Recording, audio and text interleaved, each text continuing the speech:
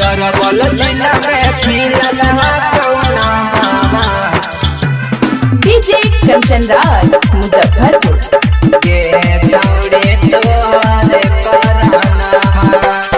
अरवल जिला में खिलल कौना मामा गे छौड़े तोहरे कराना।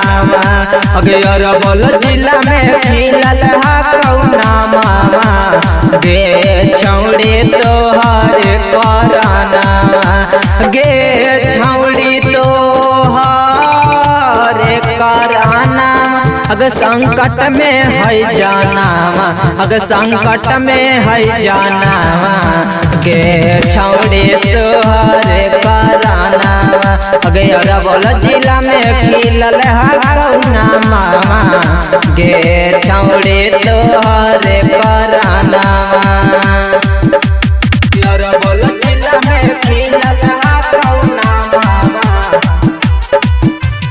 डीजे कंचन राज मुजफ्फरपुर अजहिया से भैबा तोहर कर कौहे के सगे हदसल है जुआ हमर लागे नहीं बेसगे। अजहिया से बाबा तोहर कर कौहे के सगे हदसल है जुआ हमर लागौ नहीं बेसगे।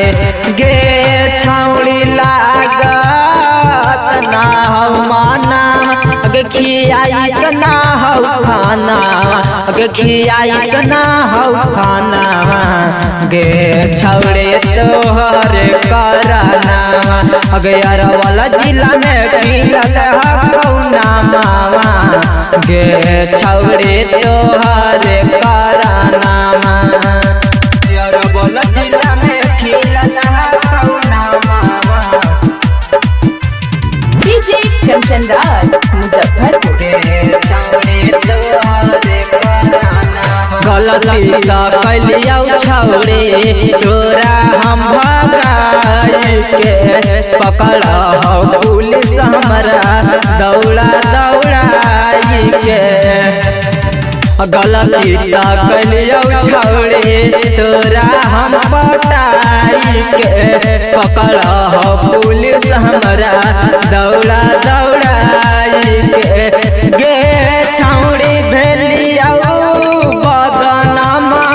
अगर सिकू हल चलावा अगर दीपक पसवानावा गे छौड़े तोहरे कराना। अगे अरवल जिला में खिलल कौना मामा गे छौड़े तोहरे कराना।